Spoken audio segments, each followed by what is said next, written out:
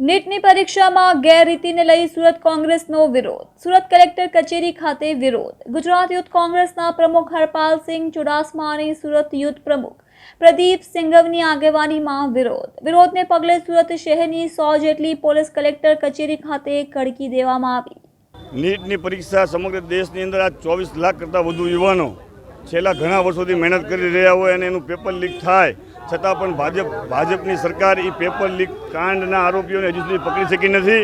Paper જે leak થયું એની પરીક્ષા રદ કરી નથી અને જે પરીક્ષાના પેપરો લીક નથી થયા એવી નીટ પીજીની એક્ઝામ રદ કરવામાં આવી. તો સરકાર કયા માર્ગે ચાલે છે એ આજ દેશને પોતે જણાવે. બીજું, આ ડુપ્લિકેટ નોટ લઈને અમે લોકો આવ્યા છીએ કે આ અત્યારે જે ભાજપની સરકારમાં જે ખેલ ચાલી રહ્યો છે, પૈસા આપો અને પેપર લઈ જાઓ, તો અમે પણ આ ડુપ્લિકેટ નોટ લઈને આવ્યા છીએ કે તમે ગરીબના છોકરાઓને ડૉક્ટર બનાવો, જે લોકો સાચી મહેનત કરી રહ્યા છે તમે એને ડૉક્ટર બનાવો.